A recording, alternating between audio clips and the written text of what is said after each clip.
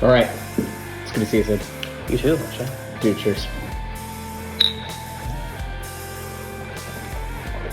Okay, this is kind of exciting. You haven't put out music in a long time. What made you do it?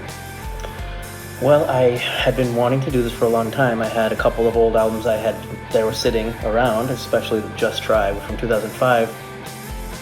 Finally got around to figuring out how to get that out. And once I got that going, I realized that I had a lot more music to get out, and I learned how to do it by myself. So I learned the skills and got the tools, and I started running. And I recorded 14 songs throughout the year of 2022.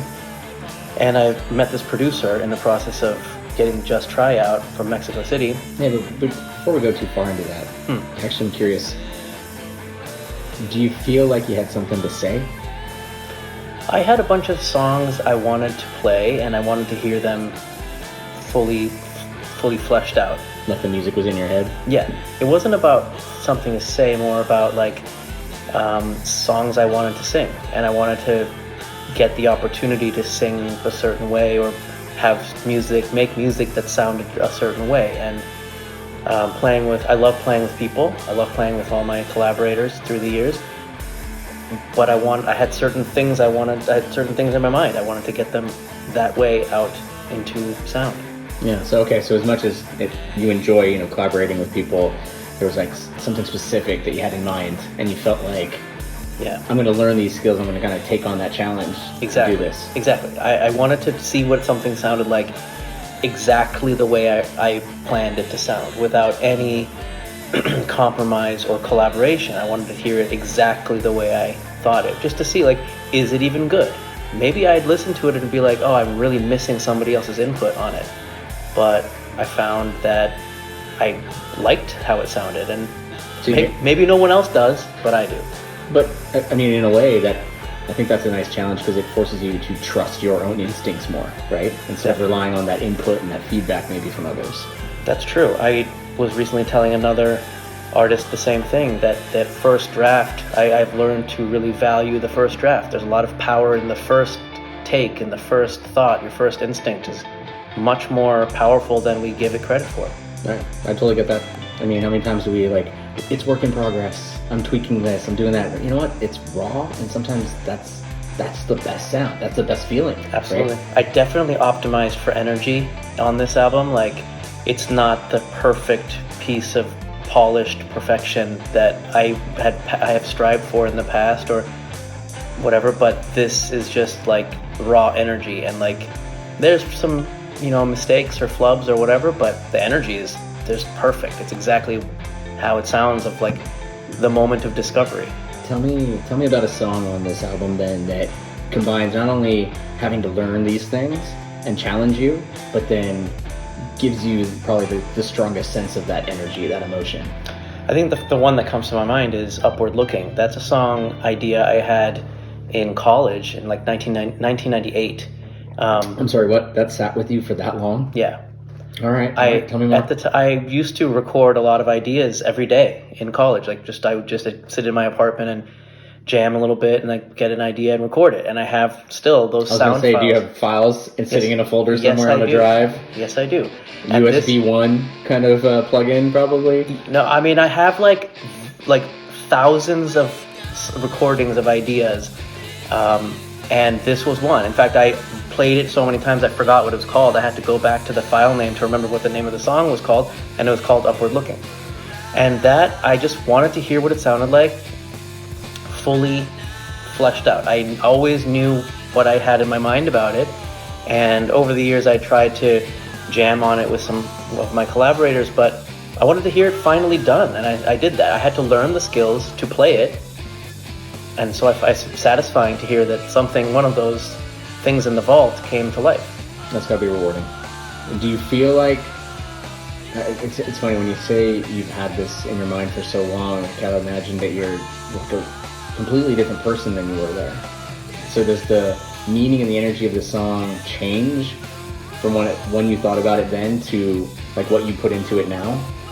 Great question. The process of doing this whole recording and exercise has been a journey back to those feelings and those moments and those, like that apartment in Berkeley and like the chair in which I sat and the computer like that's why I decided to name the album Dark Corners. These are the dark corners of my mind, that they were there this whole time, and I went around and found rediscovered those things and those feelings and the person I was all those years ago, and re-illuminated them. Like that was the best part of this project. And not to go down the dark path, but are there any regrets there in terms of like who that person was then when you started to unwind that versus where you see yourself now? I only regret not doing this sooner. I had all these ideas and I have a lot of ideas, and now learning the power, like feeling the power of the first draft, of the first take, of the first instinct. A little bit of regret, but there's no such thing as regret. You just learn. There are learnings. Now I know that the next time I have an idea, I should flesh it out right away. There's something to that. So regret kind of hints at like the feeling of loss. So is there something in particular that you feel like you've lost out on because you didn't do this sooner? Probably not. I mean, it's not about, I don't think there's any sadness in it, like a loss of time maybe, loss of opportunities, loss of all the albums I could have recorded by myself in all these years, but that's all right, because all the projects and collaborations and all the other things I did that didn't make it to any recording just went to inform this final, this one. Like I just got better through the years, and so maybe if I had tried it in 1998, that song Upward Looking, it wouldn't have sounded as good, because I wasn't as good yet. So, no regret. And then I guess to follow up on that, what's the song you're most proud of? I love all the songs. I'm really proud of all the songs. I really love all the songs. But I started on, like, the first song of the album was the first song I recorded. Where Did I Go Wrong? And I didn't know what I was doing yet with the tools and stuff. And the last song on the album is the last song I recorded. And by the time, like the journey from that, even though the rest of the songs are not in order of recording, the time between when I recorded the first and the last song, I learned so much more about how to do this and got so much better at the process that it allowed the actual substance and the song idea, the song, to come out in a much more pure form. So I'm really proud of that. I think it's a really beautiful final song. I really love many songs. So it's interesting you say that, bookending the beginning of your journey and the end. It makes me think that if someone's going to go back and listen to this now, that they can see you progressing through your journey to not only strengthen these skills, but get more confidence in how you're producing it, and then ultimately like that kind of final output at the end. Exactly. I mean, that's why I love that the final song is called All Packed and Ready. That's like an allusion to getting ready to go, and that's the. Well, I mean, I would even spin it differently. Like now, you've gone through this kind of exploration of growth journey, and now you're ready to begin that next step into really, potentially producing something that comes next that is even stronger. Yeah, I mean, between this album and any solo work I do, I hope to get some more collaborations in there, but they're all going to be informed and improved by this experience that I know so much more. That's interesting. Would you maybe now say, hey, I'm more confident in what I can do, what I trust my instincts on, that now when I collaborate with others, like maybe that's the next journey, like taking this skill set and collaborating? Yes, of course it is. I've already I play with a few collaborators, and even during this process and after its release, I have been still playing with them. And well, I mean, let me just stop you there. Obviously, we're intending to share this out. Like, would you be welcome to people to slide into your DMs and be like, "Hey, man, let's jam. Let's do something." Anytime. I don't think I've ever declined an offer to jam in my life. So I love collaboration. I really find it to be, a wellspring of inspiration, and like the kinds of ideas that come out of those any collaboration between any people is always surprising and beautiful. And everything I do now will be informed by this process of trusting myself.